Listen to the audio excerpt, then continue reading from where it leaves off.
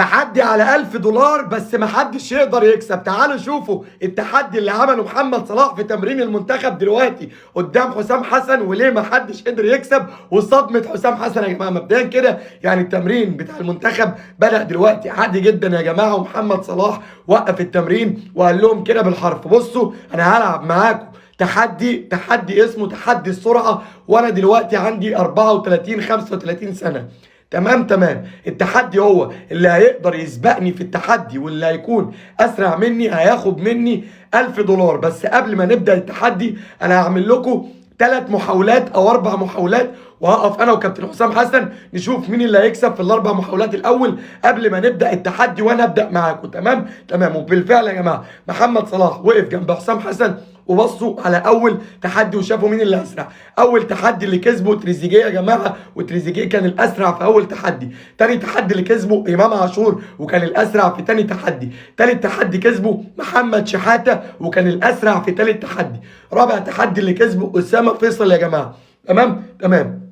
هنا بقى صلاح نزل معاهم وقال لهم دلوقتي انا هنزل معاكم ونشوف مين اللي اسرع، واللي هيكسب هياخد $1000. قالوا له تمام. هنا بقى بدأ التحدي يا جماعه، وصلاح هو اللي كسب التحدي، مع ان اللعيبه كلها يعني كانت بتجري وراه وتحس ان هم كانوا بيجروا سنه بالراحه. فاللي لاحظ الكلام ده كابتن حسام حسن وهو واقف يتفرج فيه، فخد صلاح بعد ما خلص التحدي على جنب وقال له: بص يا صلاح، هو ليه اللعيبه اللي كسبت التحدي الاول والثاني والثالث والرابع ما يقدروش يكسبوا التحدي وانت فيه، مع ان اللي هيكسب هياخد $1000؟ رد عليه محمد صلاح بضحك قال له: يا كابتن بص يا كابتن، دلوقتي التحدي اللي هيكسب هياخد $1000 صح؟ قال له صح.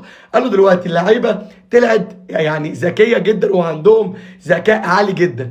اي لعيب قال لك انا دلوقتي لو كسبت التحدي هاخد $1000 بس هخسر مكاني اساسي في المنتخب ومش هلعب. فاللعيبه طلعت اذكياء وقال لك لا، ما اخدش $1000 بس افضل يعني محمد صلاح يكسب وانا افضل موجود في مكاني. كل الناس يقولوا في الكومنتات يا جماعه صلاح عنده حق، واللعيبه فكرت ان هم ما ياخدوش $1000 ويخسروا التحدي علشان محمد صلاح ما يقعدهمش وما يلاعبهمش، ولا محمد صلاح الاسرع. كل الناس تقول في الكومنتات يا جماعه، بس انا عن نفسي اقول لكم اللعيبه خافت على مكانها في المنتخب اكيد يعني.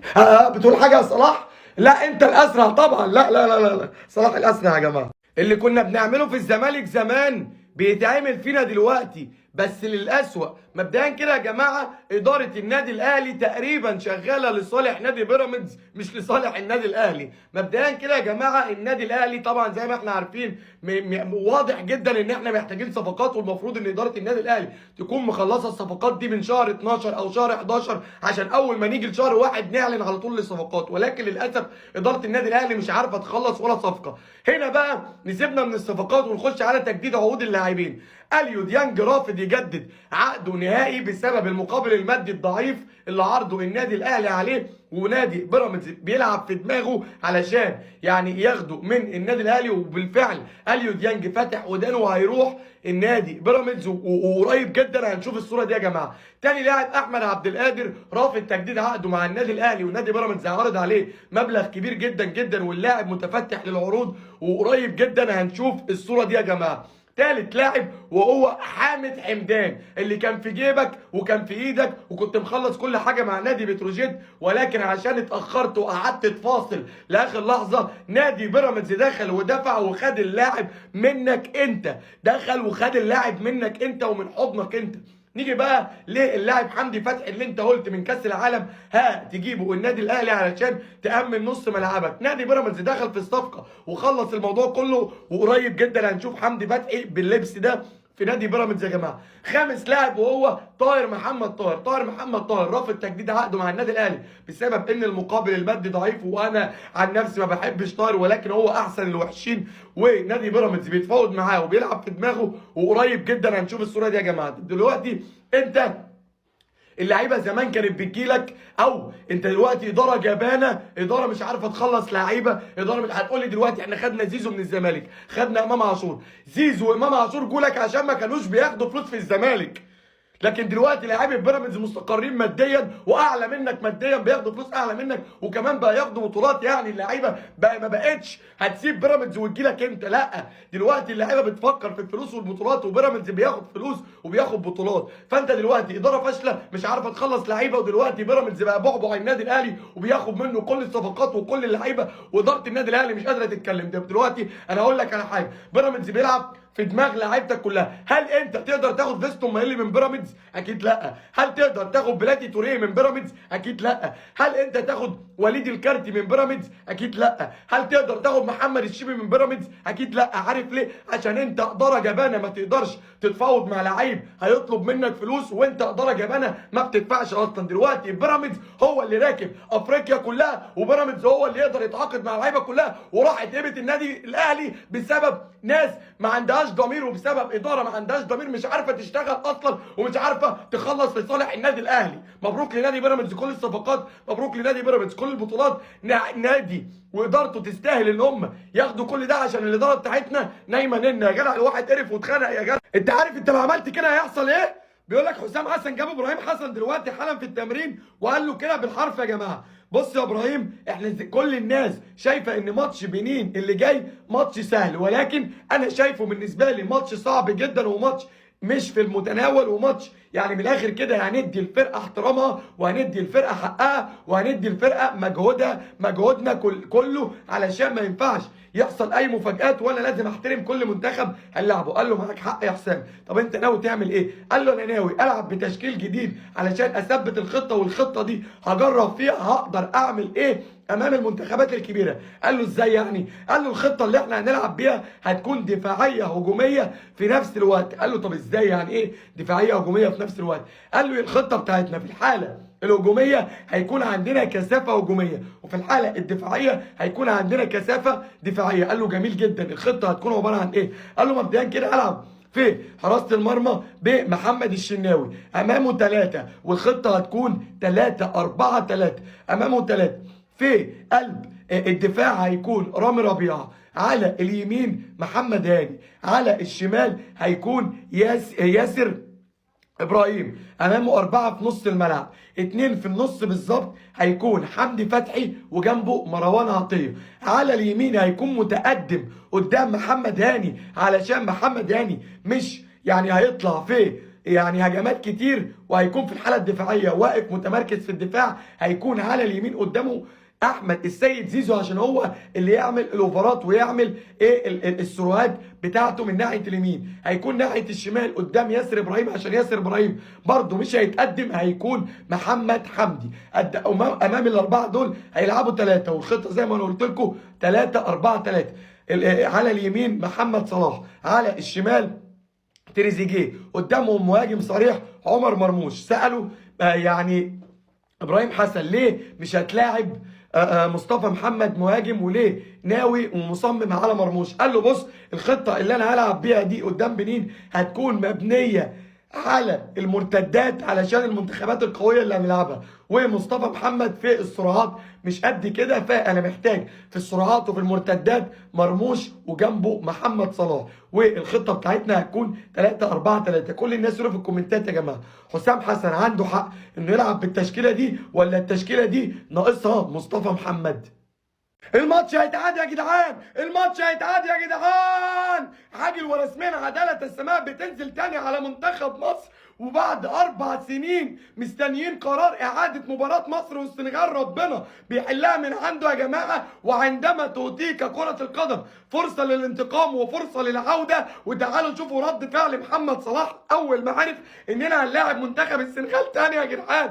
مبدئيا كده يا جماعه، يعني زي ما احنا عارفين ان منتخب السنغال كسب منتخب السودان واتأهل لربع النهائي، وكمان يا جماعه زي ما احنا عارفين ان منتخب مالي كسب منتخب تونس واتأهل لربع النهائي. وطبعا كده السنغال هتقابل مالي، وبنسبه كبيره جدا بنسبه 100% السنغال هتكسب مالي، ومنتخب مصر هيكسب بنين. وبعد منتخب بنين طبعا هنكسب كوت ديفوار، ايوه طبعا هنكسب كوت ديفوار، وهنروح نص النهائي نقابل السنغال يا جماعه. وكده رسميا من تاني يا جماعه، عندما تعطيك كرة القدم فرصة للانتقام رسميا. إعادة منتخب مصر، إعادة ماتش منتخب مصر ومنتخب السنغال في نص نهائي أفريقيا 2026 بعد 4 سنين منتظرين عودة، يعني إعادة المباراة يا جماعة.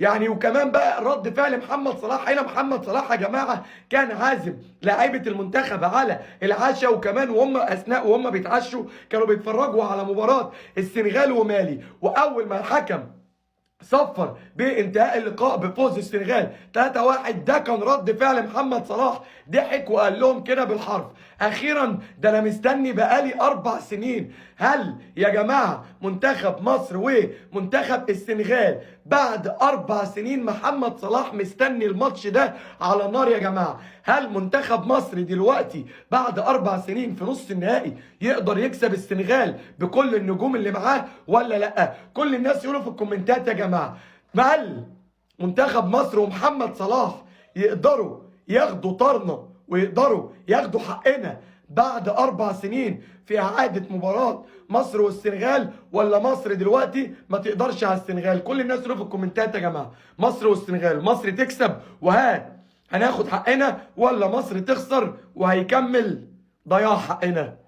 لا احنا ننسحب احسن بجد والله. 3 كوارث لمنتخب مصر في ماتش بنين وربنا يسترها يا جماعه. مبدئيا كده كابتن ابراهيم حسن خد كابتن حسام حسن على جنب دلوقتي حالا في التمرين وقال له كده بالحرف: يا جماعه بص يا كابتن حسام، احنا عندنا 3 كوارث في ماتش بنين اللي جاي وانا مش عارف ابداهم معاك ازاي. قال له: لا ايه ده بس يا ابراهيم، مفيش كوارث ولا مشاكل ولا اي حاجه، قول لي بس ايه هي اول كارثه. قال له: اول كارثه يا كابتن، انت عارف احنا لو كسبنا بنين هنلاعب مين بعديها؟ قال له: عادي يعني، اي منتخب هيجي يعني هنحط عليه، واحنا منتخب جامد جدا واحنا الفراعنه، هنلاعب مين يعني؟ قال له: هنلاعب كوديفوار. قال له: هنلاعب كوديفوار؟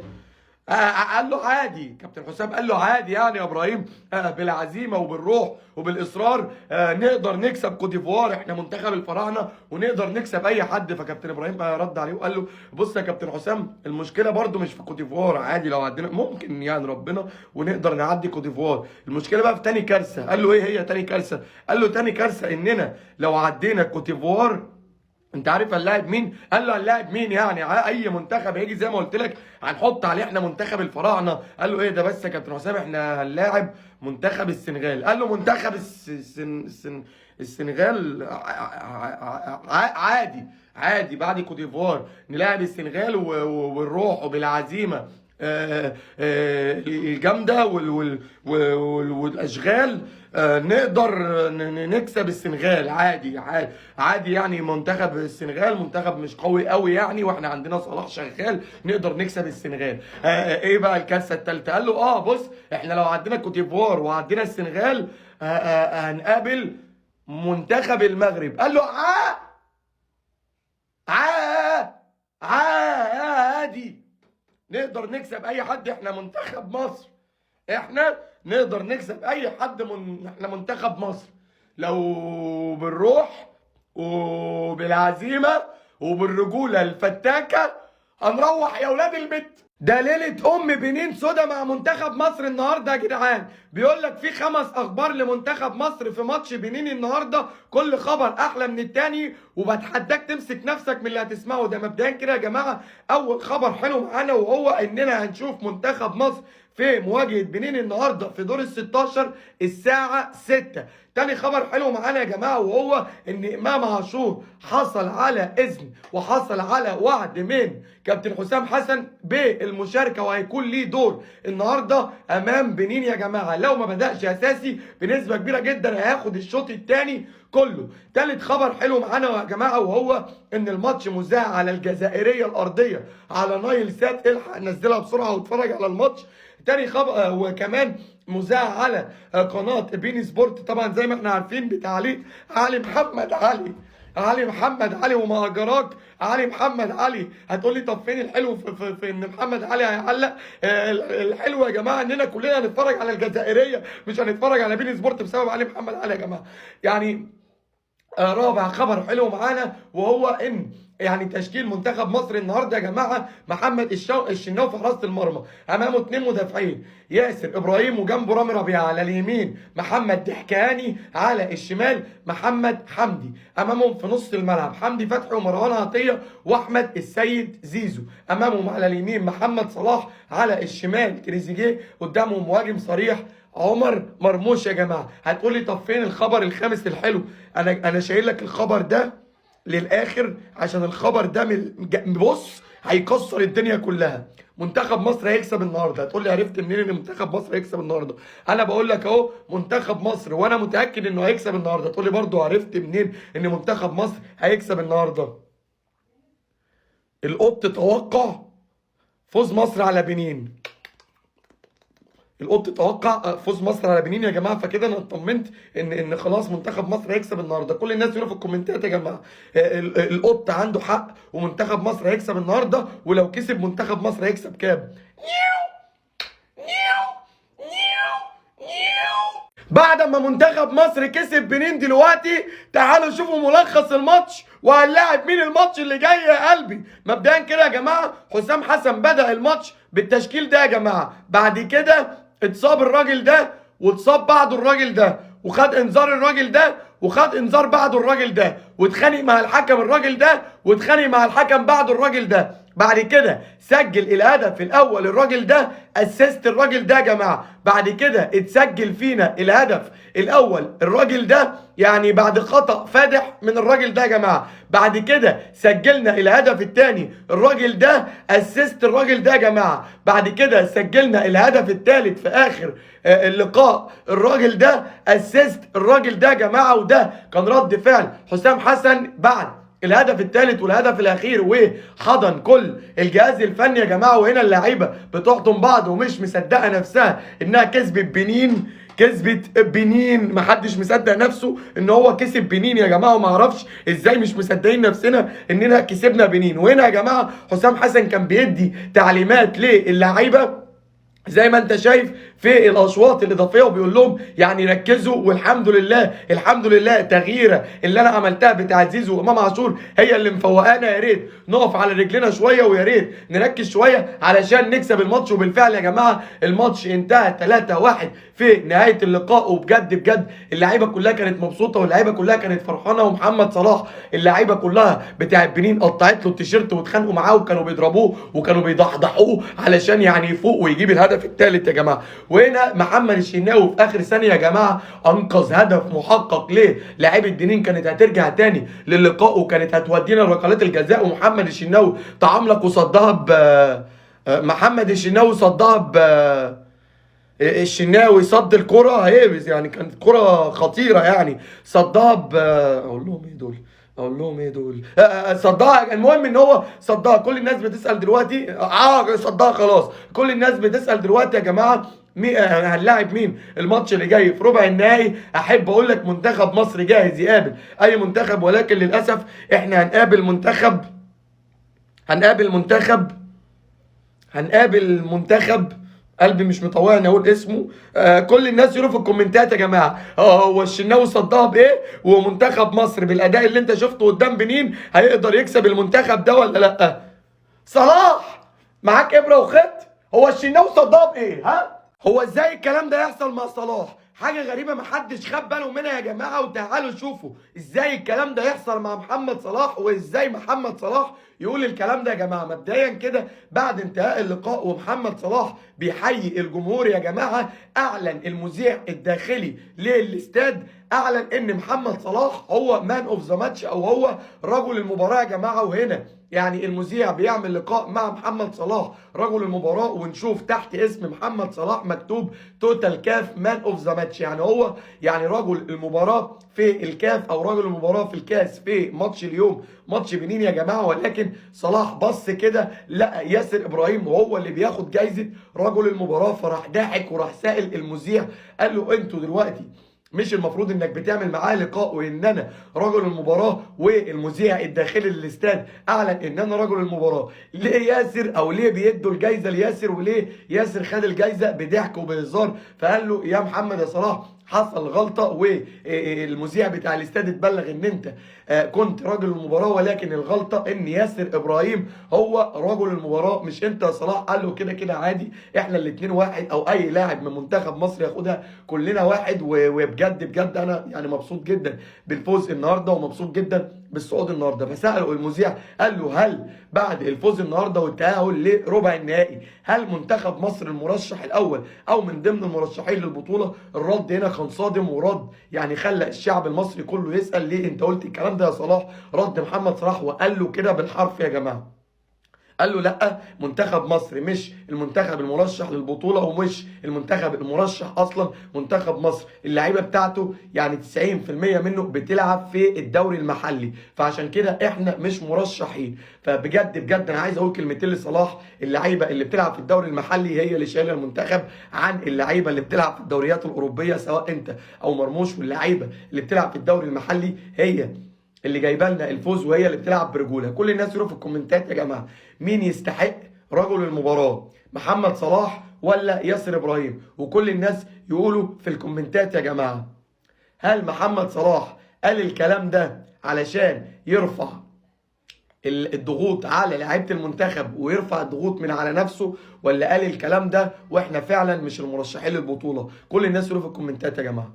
بعد إصابة محمد حمدي بالرباط الصليبي، تعالوا شوفوا هل يجوز استدعاء لاعب مكانه واستبدال محمد حمدي في القايمة علشان هو مصاب؟ ولو ينفع تعالوا شوفوا هنستدعي مين مكانه يا جماعة. مبدئيا كده كابتن إبراهيم حسن عمل اجتماع دلوقتي حالا مع كابتن حسام حسن، قال له هنعمل ايه يا حسام في اصابه محمد حمدي بالرباط الصليبي وهو كده مش هيلعب معانا لنهايه البطوله، ربنا يشفيه. قال له طب اللائحه بتقول ايه؟ هل ينفع ان احنا نستبدل محمد حمدي ونجيب او نستدعي مكانه لاعب من مصر ولا لا؟ قال له اللائحه للاسف يعني بعد اول مباراه وبعد بدايه البطوله وبعد دور المجموعات ما ينفعش تستدعي لعيب. ولكن وزير الرياضه كان معايا من شويه وقال لي كده بالحرف ان هو قدم طلب للكاف استبدال محمد حمدي لاصابته بالرباط الصليبي، وبنسبه كبيره هيتم الموافقه عليه. لو تم الموافقه عليه يعني النهارده او بكره او خلال ايام قبل مواجهه ربع النهائي كوت ديفوار،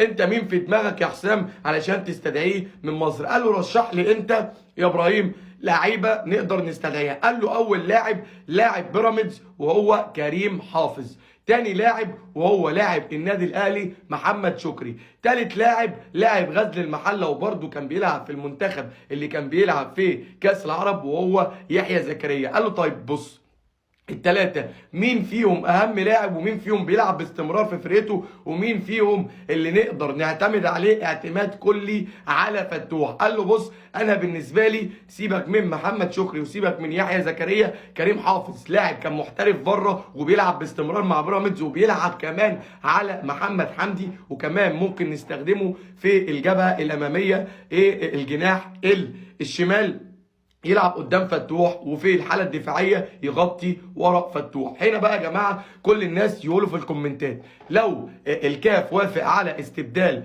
محمد حمدي المصاب بالرباط الصليبي، مين انسب لاعب نستبدله مكانه؟ كريم حافظ، محمد شكري، ولا يحيى زكريا؟ كل الناس يقولوا في الكومنتات يا جماعه مين انسب لاعب اللي يقدر يستدعيه منتخب مصر.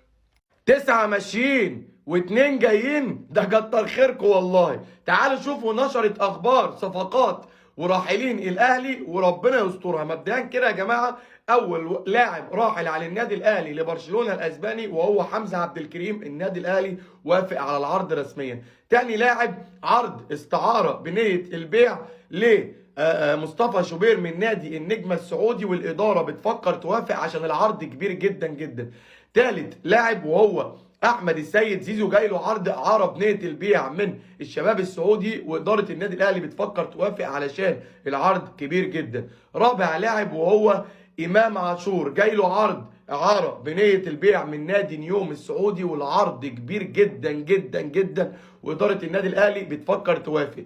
خامس لاعب وهو اليو ديانج بيرفض تجديد عقده مع النادي الاهلي وجاي له عرض كبير جدا جدا جدا جدا من نادي الاخدود السعودي، وبنسبه كبيره جدا هيروح الاخدود السعودي. سادس لاعب وهو احمد عبد القادر رافض تجديد عقده مع النادي الاهلي وهيروح نادي بيراميدز عشان العرض اللي مقدم من نادي بيراميدز عرض كبير جدا جدا جدا، وبيلعبوا في دماغ اللاعب علشان ياخدوه على طريقه رمضان صبحي. سابع وثامن لاعب نادي سيراميكا كليوباترا بيقدم عرض اعاره لمحمد مجدي قفشه، وكمان المهاجم بتاعنا جراديشار عرض اعاره بنيه البيع، والنادي الاهلي بيفكر يوافق على العرض ويودي اللاعبين لسيراميكا علشان كده كده ما لهمش مكان عندنا وعاملين زحمه على الفاضي ومش هيلعبوا.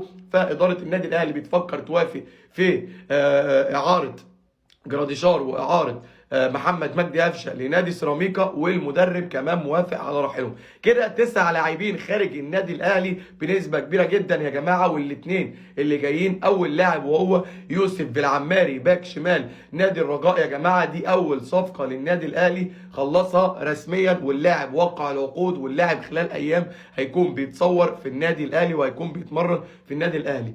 تاسع لاعب او تاني لاعب اللي هو المفروض ان اللي جاي اللاعب ال11 سوري، المفروض ان هو اللي جاي وتاني صفقه للنادي الاهلي. النادي الاهلي بيحاول يخلص في إليستن كامويش المهاجم الانجولي البرتغالي، معاه جنسيتين انجولي وبرتغالي، وبيلعب في الدوري النرويجي، وهو يا جماعه سادس هداف الدوري النرويجي. وبالنسبه لي مش صفقه قويه جدا، ولكن اي حاجه احنا بنتنشأ على اي مهاجم وخلاص يا جماعه. كل الناس يقولوا في الكومنتات يا جماعه ليه اداره النادي الاهلي مش عارفه تخلص صفقات لحد دلوقتي، ومين اكتر لاعب يعني بجد بجد هيتاثر النادي الاهلي برحيله، وهيكون خساره كبيره جدا لو رحل عن النادي الاهلي يا جماعه. اسمع كلام صلاح يا كابتن حسام. بيقول لك كابتن حسام حسن جاب صلاح وامام عاشور دلوقتي حالا في التمرين يا جماعه، وقال لهم كده بالحرف: بص يا صلاح انت وامام، احنا الماتش اللي جاي مع كوت ديفوار حياه او موت، ولازم نكسب، وكوت ديفوار عندها لعيبه جامده جدا جدا جدا. فانا للاسف يعني ناوي العب بخطه دفاعيه بحته ونلعب على المرتدات علشان نقدر نحاول نكسب ونعدي نوصل لنص النهائي. فصلاح رد عليه قال له: طب انت هتلعب بمين يا كابتن حسام؟ قال له: مبدئيا كده انا هلعب في حراسه المرمى بمحمد الشناوي، امامه ثلاثه في قلب ليبرو، في قلب الدفاع هيبقى حمدي فتحي، جنبه ياسر ابراهيم، وجنبه رامي ربيعه، على اليمين محمد هاني، على الشمال احمد فتوح علشان اصابه محمد حمدي واحنا ما عندناش غيره. 2 في نص الملعب مروان عطيه، وجنبه امام عاشور، قدامهم ثالث احمد السيد زيزو، امامهم 2 انت يا صلاح، وجنبك عمر مرموش. وبالخطه دي هنلعب 5-3-2، وهنلعب على المرتدات علشان نعمل تأمين دفاعي قوي جدا امام يعني لعيبه عندها التحامات قويه جدا واجسام قويه جدا، وان شاء الله خير، ونحاول نكسب ونعدي ونوصل لنص النهائي. ايه رايك يا صلاح؟ فصلاح رد عليه قال له كده بالحرف يا جماعه: لا يا كابتن حسام.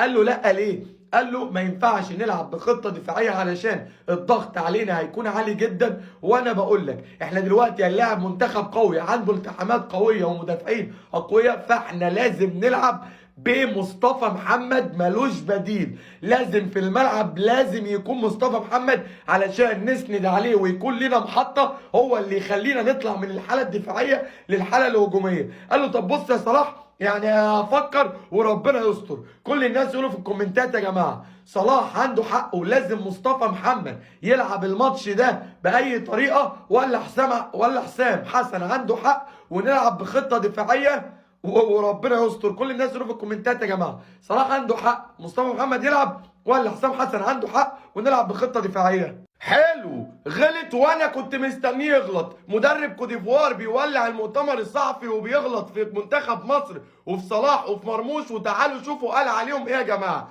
مبدئيا كده مدرب كوت ديفوار في المؤتمر الصحفي، واحد صحفي ساله قال له كده بالحرف يا جماعه: انت مش خايف في مواجهه منتخب مصر، ويعني ان منتخب مصر في الفتره الاخيره كعبه عالي عليكم وكسبكم في ماتشات كتيره جدا وانتم ما قدرتوش تكسبوه بكامل نجومكم غير مباراه واحده بس، رد عليه باستفزاز ورد عليه بقوه كبيره جدا وبعنف كبير جدا، وقال له كده بالحرف يا جماعه، قال له لا احنا مش خايفين من منتخب مصر ولا خايفين من اي منتخب في افريقيا عامه. يعني احنا فرحنا جدا جدا لما عرفنا ان احنا هنلاعب منتخب مصر، ولما اتفرجنا عليهم امام بنين انتوا اكيد عرفتوا احنا فرحنا ليه. منتخب مصر مش المنتخب بتاع زمان ومش المنتخب بالقوه الكامله بتاعته، بالعكس لعيبته كلها محليين ومفيش حتى المحترفين بتوعنا اجمد منهم بكتير. راح ردد عليه الصحفي بسؤال تاني، قال له يعني انت قصدك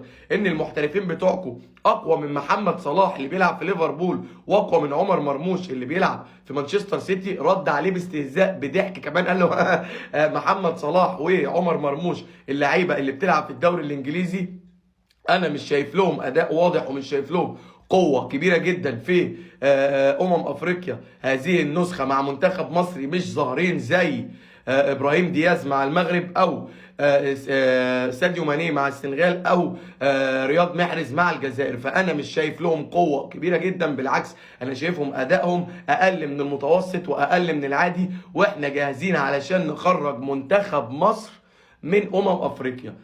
غلط وانا كنت مستنيه يغلط، وانا اتمنى الفيديو ده يوصل والكلام ده يوصل لكل لاعيبه المنتخب علشان يعني نغل بقى ونسترجل ونكسب وندوس على وش كوتيفوار وندوس على وش اي منتخب ينزل يقابلنا، عشان نعلم وندي درس قوي جدا للمدرب ده، المدرب اللي بيقلل من منتخب مصر وبيقلل من صلاح وبيقلل من مرموش، علشان يعرف مين هو منتخب مصر ومين هو صلاح ومين هو مرموش. لازم ننزل ندوس على وشهم، ولكن انا عارف ان لاعيبه المنتخب هتنزل وتضحك في وشهم. كل الناس يقولوا في الكومنتات يا جماعه مدرب كوتيفوار عنده حق في الكلام اللي قاله على منتخب مصر وصلاح ومرموش، ولا منتخب مصر اجمد من كوتيفوار واجمد بصلاح ومرموش؟ كل الناس يقولوا في الكومنتات يا جماعه. لا احنا ننسحب احسن بجد والله.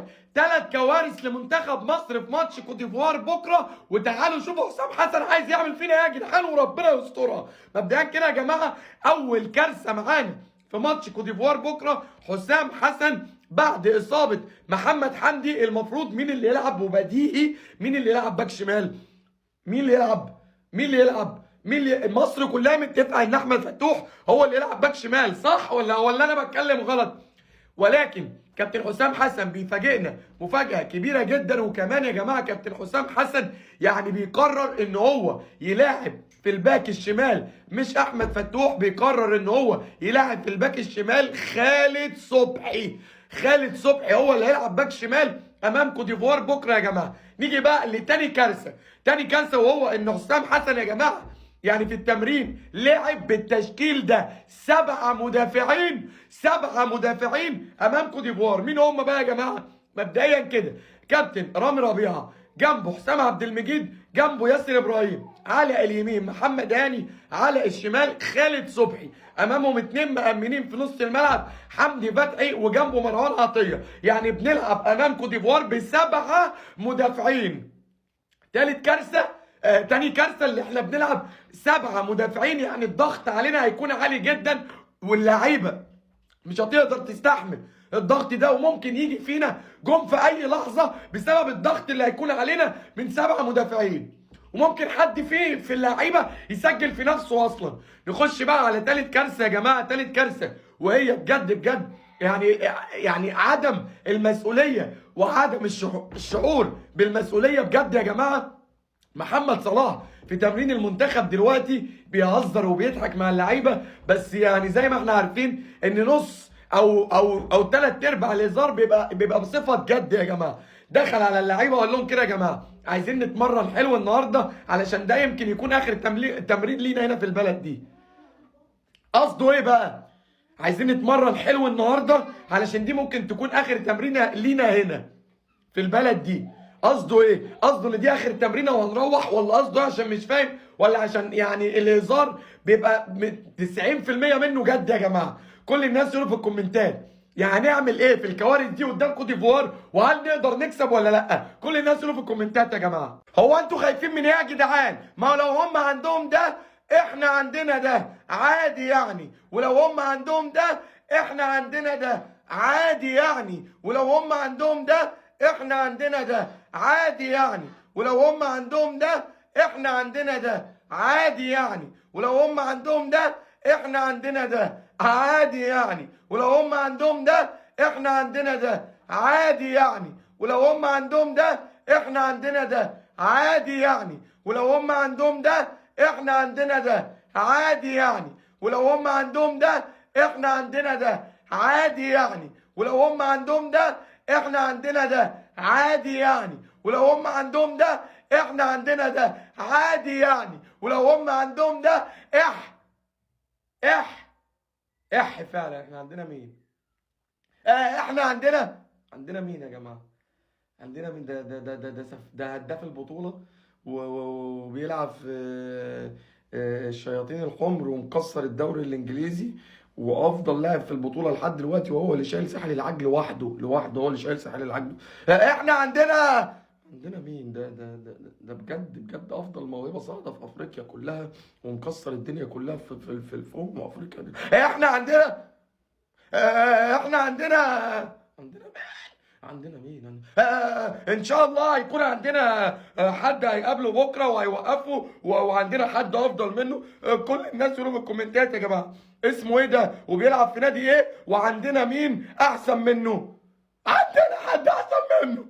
ده ليلة فاركو وكوت ديفوار سودا مع الاهلي ومنتخب مصر النهارده يا جدعان. 6 اخبار ضرب نار لمنتخب مصر والنادي الاهلي النهارده، واخر خبر ربنا يسترها يا جماعه. مبدئيا كده اول خبر معانا يا جماعه وهو ان الاهلي هيواجه فاركو النهارده في كاس الرابطه الساعه 4. تاني خبر معانا يا جماعه وهو ان مدرب النادي الاهلي قرر النهارده يدي الفرصه للحارس حمزه علاء، وهو اللي هيقف النهارده في حراسه مرمى النادي الاهلي امام فاركو. تالت خبر معانا يا جماعه وهو تشكيل النادي الاهلي قرر يستروا بالمدير الفني للنادي الاهلي انه يلعب بالتشكيل ده كالاتي يا جماعه. في حراسه المرمى حمزه علاء، قدامه 2 مدافعين اشرف داري وجنبه ياسين مرعي، على الشمال محمد شكري، على اليمين عمر كمال عبد الواحد، قدامهم 2 في نص الملعب احمد كوكا وجنبه احمد رضا، قدامهم 3 في النص هيلعب حسين الشحات، على اليمين طاهر، على الشمال محمد شريف، قدامهم مهاجم جراديشار. بتتقلب ل 4-4-2. في نص الملعب هيكون كوكا وجنبه رضا، امامهم 2، على اليمين الشحات، على الشمال طاهر، قدامهم 2 مهاجمين جراديشار ومحمد شريف. يعني التشكيله يبقى 4-4-2 يا جماعه. رابع خبر معانا يا جماعه وهو ان منتخب مصر هيلعب ماتش حياه او موت ونهائي مبكر النهارده مع كوت ديفوار الساعه 9. وخامس خبر معانا يا جماعه وهو ان تشكيل منتخب مصر قرر كابتن حسام حسن انه يلعب في حراسه المرمى بمحمد الشناوي، امامه 5 في النص ليبرو حمدي فتحي وجنبه رامي ربيعه وياسر ابراهيم، على اليمين محمد هاني، على الشمال خالد صبحي، امامهم في نص الملعب 3 مروان عطيه، احمد السيد زيزو، وجنبهم زي ما احنا عارفين امام عاشور.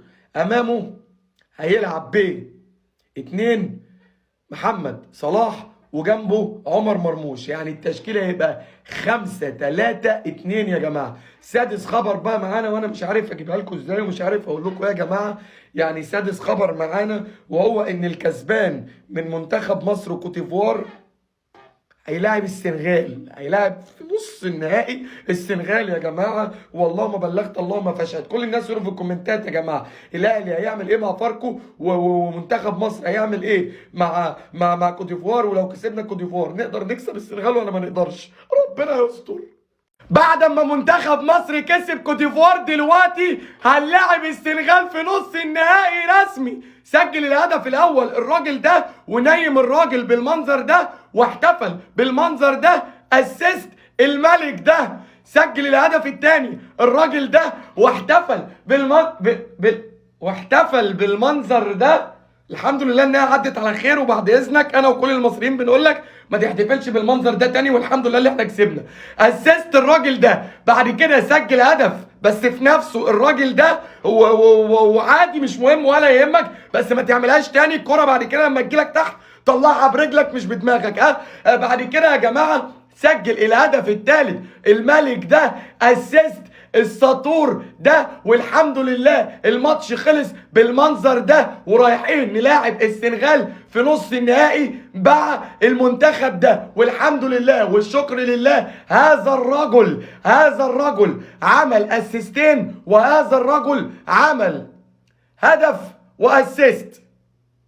كل الناس يقولوا في الكومنتات شكرا يا اسد، شكرا يا عميد على العلقه اللي انت اديتها لكوت ديفوار النهارده. وبجد بجد هو ده منتخب مصر، هي دي روح منتخب مصر اللي احنا كنا مستنيينها. وبجد بجد استبسال دفاعي وذكاء هجومي، ذكاء، حط تحت كلمه ذكاء مليون خط، وهجمات مرتده زي ما قال الكتاب بقياده المايسترو الاسد امام عاشور. لك ان تتخيل ان امام عاشور ما كانش في الملعب النهارده، كنت هتعمل ايه قصاد كوت ديفوار؟ انا بقول لك اهو، سبب المكسب بعد ربنا سبحانه وتعالى هو ضغط مرموش على المدافعين، والاساس امام عاشور يا جماعه، عشان هو اللي عامل حلقه الوصل، وهو اللي رابط ما بين المدافعين وما بين المهاجمين، وهو اللي عامل اسيستين من لا شيء، من العدم، ولكن بذكاء. كل الناس في الكومنتات يا جماعه تقولوا هنعمل ايه الماتش اللي جاي امام السنغال بعد اداء منتخب مصر النهارده. الله اكبر، ربنا يحميكم وربنا يثبتكم على كده. ورسميا اقدر اقول لكم، كل الناس يقولوا في الكومنتات عوده منتخب الساجدين جاي يقضي على السنغاليين. يا اسطى اسكت، ما تفتحش بقك بعد اي ماتش ولا تعمل لقاءات صحفيه، عشان تصريحاتك دي هتجننا. وربنا صلاح بيولع المؤتمر الصحفي بعد انتهاء المباراه دلوقتي يا جماعه، وبيقول تصريحات غريبه جدا وهتجننا وهتجيب لنا الكافيه بصراحه يا جماعه. مبدئيا كده الصحفي بيساله، بيقول له دلوقتي يا صلاح نقدر نقول بعد الفوز على كوت ديفوار ان منتخب مصر بقى مرشح قوي للفوز بالبطوله، والاداء النهارده كان قوي جدا؟ راح رادد عليه صلاح بكل برود، قال له لا احنا يعني منتخب مصر ما نقدرش نقول ان هو مرشح قوي، علشان اللعيبه بتاعتنا لعيبه محليه، والثلاث منتخبات اللي اتاهلوا لنصف النهائي كلهم لعيبه بتلعب في التوب ليج وبتلعب في التوب الدوريات الكبيره كلها، واحنا يعني اقل من منتخب في الاربعه اللي تاهلوا، وربنا يستر وربنا يكملها على خير. فردد عليه الصحفي بسؤال تاني، قال له طب بص يا صلاح، يعني انتوا النهارده كان اداءكم قوي جدا جدا جدا، وبجد بجد منتخب مصر ظهر بقوه كبيره جدا، وبجد فاجئنا منتخب مصر اداؤه النهارده امام كوت ديفوار. هل محمد صلاح النهارده يعني نقدر نقول انه نجم منتخب مصر الاول وكمان رجل المباراه؟ النهارده راح رادد عليه صلاح. يعني مش فاهم، انا مش فاهم دماغ صلاح بتبقى فين وهو بيرد على التصريحات بعد المباراه يا جماعه، او على تصريحات اللقاءات الصحفيه بعد المباراه. راح رادد عليه صلاح قال له لا النهارده كل اللعيبه يعني نجوم، وبجد بجد الجايزه دي انا بهديها لامام عاشور، هو اللي احق بيها مني في الماتش النهارده. وامام عاشور عوده حميده من بعد الاصابه انه يعمل الاداء ده النهارده، فانا بالنسبه لي امام عاشور هو رجل المنتخب النهارده، وهو يعني بجد بجد اللي يستاهل جايزه رجل المباراه، وانا بدي الجايزه دي لامام عاشور. فبجد بجد يعني ربنا يستر في اللي جاي، وامامنا السنغال في اللي جاي، وان شاء الله يكون الماتش جامد. فراح ردد عليه الصحفي وقال له دلوقتي مواجهه السنغال اللي جايه نقدر نقول رد الصقر. راح رد عليه صلاح قال له لا احنا بنلعب كل ماتش بماتش، وربنا يعني يستر ونعمل ماتش كويس. وانا صديقي ماني يعني بجد بجد احنا الاثنين واحد، ومصر تكسب السنغال تكسب، يعني اهم حاجه تكون البطوله قويه. يعني دي تصريحات صلاح يا جماعه. هل صلاح يعني واخد نهج موسيماني انه ينيم المنتخبات وينيم الصحفيين وينيم الدنيا كلها عشان منتخب مصر ينزل يدي، ولا صلاح عنده حق ان منتخب مصر ضعيف يا جماعه؟ عشان انا مش شايف من تصريحات صلاح غير انه عايز ينيم المنتخبات كلهم ويقول لهم ان احنا منتخب ضعيف، عشان اول ما نلاعب المنتخبات نلبهم يا جماعه. كل الناس يقولوا في الكومنتات تصريحات صلاح عشان ينيم المنتخبات، ولا تصريحات صلاح صح اننا منتخب ضعيف؟ حلو، غلط وانا كنت مستنيه يغلط. ساديو ماني بيولع الدنيا كلها دلوقتي يا جماعه، وبيغلط في منتخب مصر وبيغلط في صلاح ومرموش. وتعالوا شوفوا قال عليهم ايه يا جماعه. مبدئيا كده زي ما احنا عارفين ان في بدايه التمرين لاي منتخب كبير بيكون موجود صحفيين علشان يغطوا التمرين يا جماعه. فصحفي يعني جاب ساديو ماني وعمل معاه لقاء وهو داخل التمرين، وقال له كده بالحرف العفو يا جماعه. يا ساديو مش خايفين من مواجهه منتخب مصر؟ فرد عليه ساديو ماني باستفزاز وقال له كده يا جماعه لا، المنتخب البطل ما بيبصش على المنافس بتاعه، واحنا جاهزين نلاعب اي حد مهما كان اسمه. راح ردد عليه الصحفي وقال له طب بص يا ساديو، يعني في ظل الاحداث الاخيره ان انتوا خدتوا بطوله افريقيا على منتخب مصر وصعدتوا عليهم لكاس العالم، وحصلت يعني لغط كبير جدا اعاده المباراه ومش اعاده المباراه، هل يعني الكلام ده كله يعني مدي دافع لمنتخب مصر ومش قلقانين شويه ان منتخب مصر يكون جاي عليكم يعني بطريقه قويه جدا وعايز ياخد طاره؟ فرد عليه ساديو ماني بضحك وباستهزاء وقال له لا، يعني اي حاجه حصلت في السابق احنا كنا جاهزين ليها، واي حاجه هتحصل في الحاضر احنا جاهزين ليها، واي حاجه هتحصل في المستقبل احنا مخططين ليها. فالاحداث اللي حصلت قبل كده ما بتاثرش علينا نهائي. يعني ويلكم بمنتخب مصر، واي منتخب هيجي يلاعبنا احنا جايين هنا علشان نلعب على البطوله. وغير كده كمان الاحداث اللي سابقه تدي قوة للماتش اللي جاي علشان لما نكسب محدش يتكلم على المباراة انها كانت ضعيفة او قوية، ولما نصعد للنهائي محدش يتكلم ويقول اعادة المباراة من تاني. وضحك وبسخرية يا جماعة. فالصحفي رد عليه وقال له طب بص يا ساديو، مش خايف من محمد صلاح ولا خايف من مرموش؟ راح ردد عليه برضه بضحك وسخرية قال له بص، يعني احنا عندنا المدافع الصخرة كاليدو كوليبالي اللي لعب امام رونالدو ولعب امام ميسي ولعب امامي، فلعب بمستويات اعلى من صلاح ومرموش، فاحنا ما بنخافش من اي حاجه. ومعانا كوليبالي اللي لعب على مستويات اعلى من لاعبين مثل صلاح ومرموش، فده يعني صلاح ومرموش بالنسبه لكاليدو كوليبالي سهلين جدا جدا جدا. كل الناس يقولوا في الكومنتات يا جماعه تصريحات ساديو ماني عنده حق ان هم يقدروا يكسبوا منتخب مصر وبيولع الدنيا، ولا منتخب مصر هيحط عليه ويجيبه في شوال؟ كل الناس يقولوا في الكومنتات يا جماعه ساديو ماني عنده حق ولا منتخب مصر هيحط عليه باذن الله. لا، ما انا مش هتجنن لوحدي. 3 صدف اغرب من بعض في الاربع منتخبات اللي اتاهلوا لنص النهائي. وتعالوا شوفوا ايه هم يا جدعان. واللي يقول لك الكوره دي مش سكريبتات قول له ركب الشلاحات. مبدئيا كده يا جماعه اول صدفه غريبه جدا معانا في نصف النهائي افريقيا، منتخب مصر منتخب عربي هيلاعب السنغال منتخب افريقي، منتخب المغرب منتخب عربي هيلاعب نيجيريا المنتخب الافريقي. طب دي ممكن تكون عادي. تاني صدفه بقى ودي اللي غريبه جدا جدا، ان افضل لاعب في منتخب مصر مسجل 4 اهداف وصانع هدف باجمالي مساهمات تهديفيه 5. افضل لاعب في السنغال مسجل هدف صانع 4 اهداف اجمالي مساهمات تهديفيه 5. افضل لاعب في المغرب مسجل 5 اهداف صانع 0 اجمالي مساهمات تهديفيه 5. افضل لاعب في نيجيريا مسجل 4 اهداف وصانع هدف اجمالي مساهمات تهديفيه 5. سكريبت يا جدعان. تالت صدفة ودي اللي غريبة جدا جدا جدا برضو، منتخب مصر بيلبس احمر هيلاعب منتخب السنغال اللي بيلبس اخضر. منتخب المغرب بيلبس احمر هيلاعب منتخب نيجيريا اللي بيلبس اخضر. لا لا لا لا، انا مش هتجنن لوحدي بجد يا جماعه. والاسطوره بتقول ان على مر تاريخ افريقيا ما ينفعش منتخبين بيلبسوا نفس اللون يتاهلوا للنهائي. فكل الناس يقولوا في الكومنتات يا جماعه هل اللي هيتاهل للنهائي 2 احمر ولا 2 اخضر ولا 1 احمر و1 اخضر؟ كل الناس يقولوا في الكومنتات يا جماعه مين اللي هيوصل للنهائي، الاحمر ولا الاخضر؟ منتخب مصر ومنتخب المغرب ولا نيجيريا والسنغال ولا مصر والمغرب ولا مصر ونيجيريا ولا السنغال والمغرب ولا السنغال ونيجيريا؟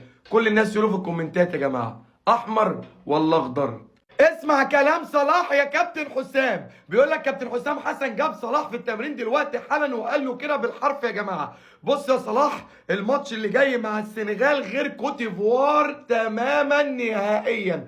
كوتيفوار حاجه والسنغال حاجه تانيه خالص. السنغال عندها لعيبه قويه جدا جدا جدا. غير كده كمان الماتش ده بالنسبه لنا وبالنسبه لكل المصريين واحد واحد. الماتش ده بالنسبه لنا حياه او موت ورد الصقر، ولازم ناخد حقنا من السنغال، ولازم الماتش ده نكسبه باي طريقه. فصلاح رد عليه قال له: طب احنا هنعمل ايه دلوقتي يا كابتن حسام؟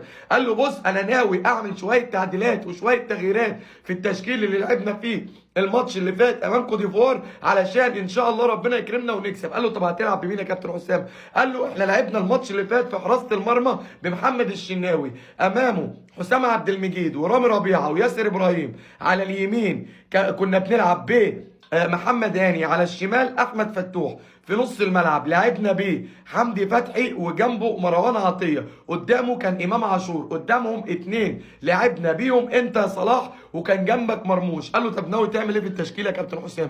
قال له: التعديلات اللي انا ناوي اعملها في التشكيل اللي لعبنا فيه قدام كوت ديفوار، اول تعديل وهو حسام عبد المجيد، ناوي ارجع مكانه حمدي فتحي عشان حمدي فتحي عنده خبرات كبيره جدا جدا واتقل من حسام عبد المجيد، ومكان حمدي فتحي هلاعب احمد السيد زيزو عشان احمد السيد زيزو يلاعبنا كوره، ومكان امام عاشور علشان امام عاشور يعني لسه راجع من اصابه وممكن يكون عنده اجهاد من ماتش كوت ديفوار، ناوي ارجع مكانه تريزيجيه بعد ما اطمنت على اصابته الماتش اللي فات. امامهم عمر مرموش ناوي اريحه وادي فرصه لمصطفى محمد علشان يكون محطه نسند عليه وانت تروح من ظهره ونسجل. ايه رايك يا صلاح في التعديلات اللي انا ناوي اعملها دي؟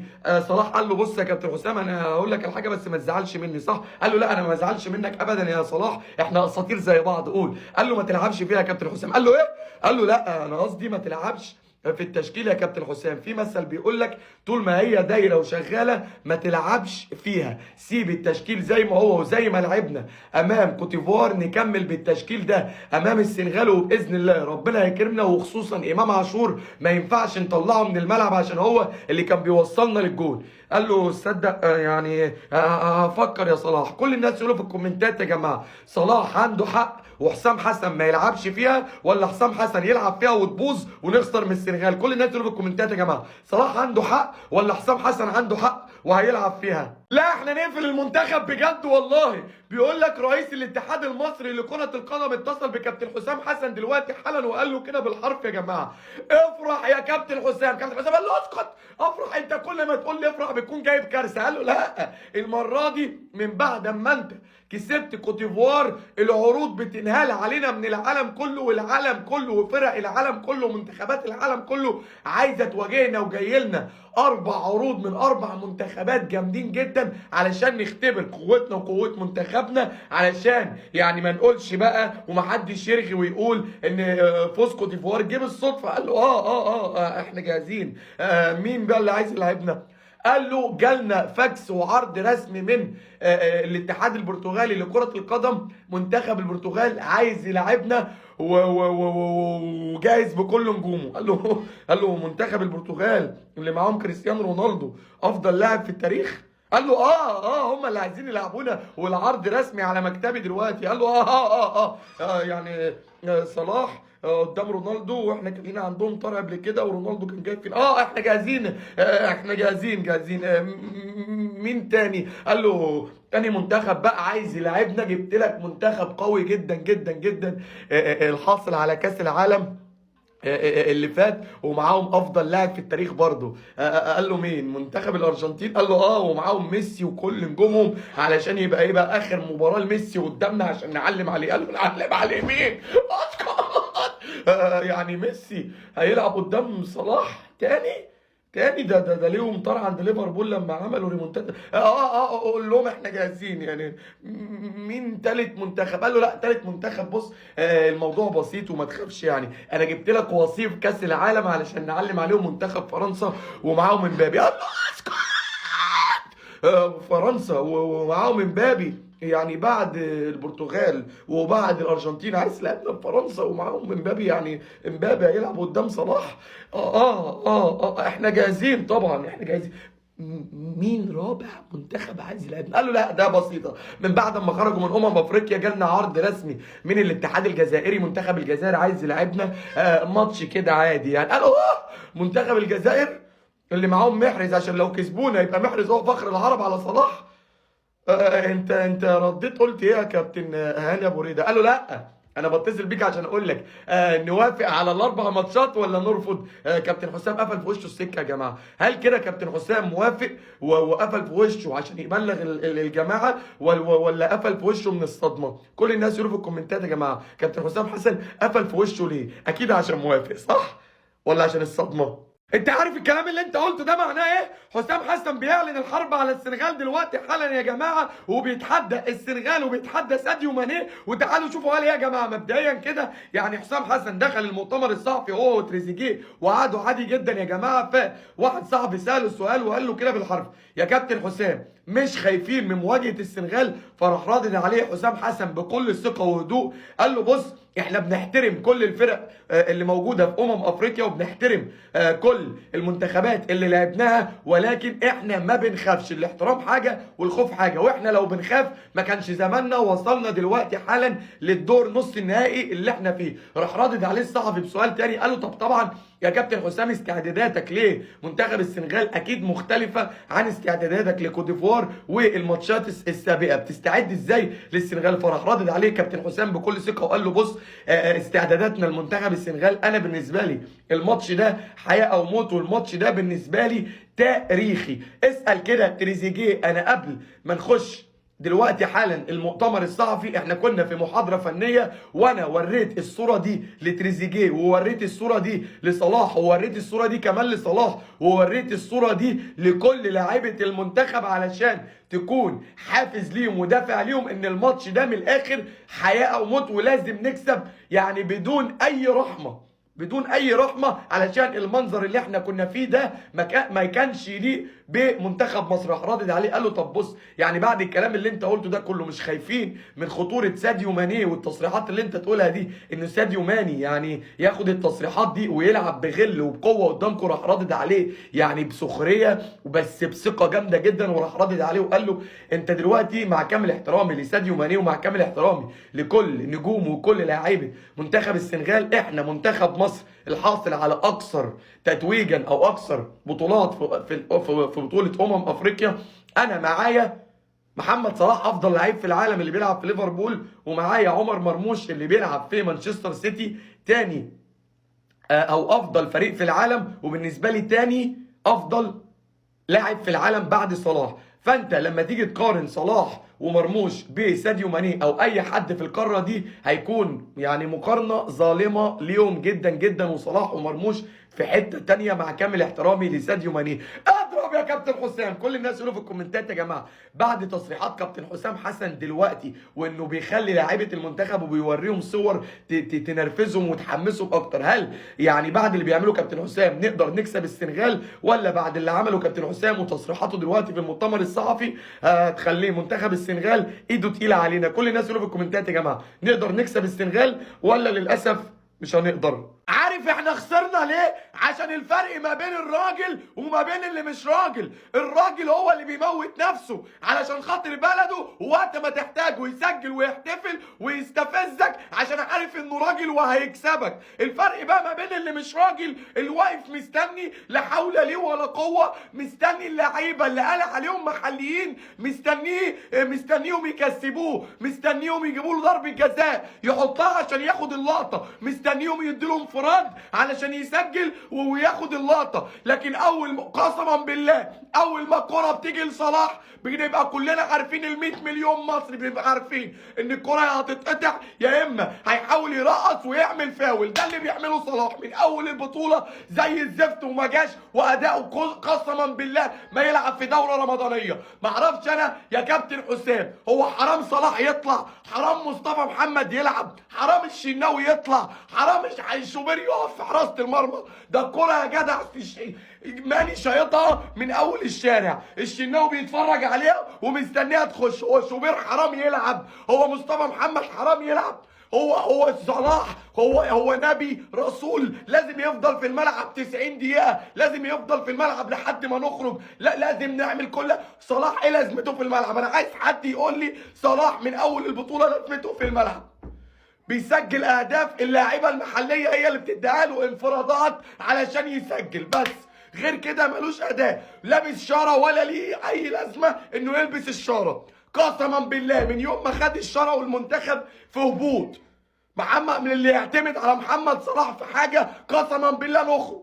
بقى ده منظر منتخب مصر، بقى ده منظر منتخب الساجدين. ده يا جدع ده السنغال زنقانه عند الشناوي، مش عارفين نعمل هجمه، مش عارفين نطلع بالكوره. ده احنا السنغال اول منتخب قوي نقابله ادونا علقه كوره زي ما قال الكتاب، ادونا علقه كوره، مش عارفين نطلع. ما عندناش لعيبه قسما بالله غير امام عاشور بس المدافعين طلع عين ابوهم، المدافعين طلع عين ابوهم، ومحمد صلاح بيتفرج.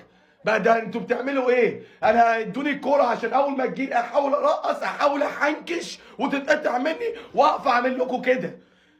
لاعيبه السنغال عماله تستفزك، خدت عليك افريقيا. ساديو ماني عمال يستفزك وانت ما عندكش دم، وانت مش راجل، وانت المفروض ان اللعيبه المحليه اللي انت بتقول عليها لعيبه محليه، وانت بتلعب في الدوري الانجليزي المفروض انت اللي تشدهم، انت اللي تطلع بيهم، لكن لا، هم اللي شايلينك. انت مالكش لازمه في منتخب مصر قسما بالله. كنت مستني الخروج ده عشان تعتزل دوري وتخلي عندك دم. المنتخب من غيرك احسن يا جدع. الواحد قرف، الواحد زهق لما بيشوفك في الملعب. الواحد بيتحسر على لعيبه بيتموت. شوف ابراهيم دياز اللي ما بيلعبش في ريال مدريد عامل ايه مع المغرب. شوف ساديو ماني اللي عمال يستفزك عامل ايه مع السنغال، وانت ولا ليك اي لازمه. قسما بالله الاجوان اللي بتجيبها اللعيبه المحليه هي اللي مخدمه عليك. الواحد قرف من صلاح. يا عم غور في داهيه، بدل ما انت منتخب مصر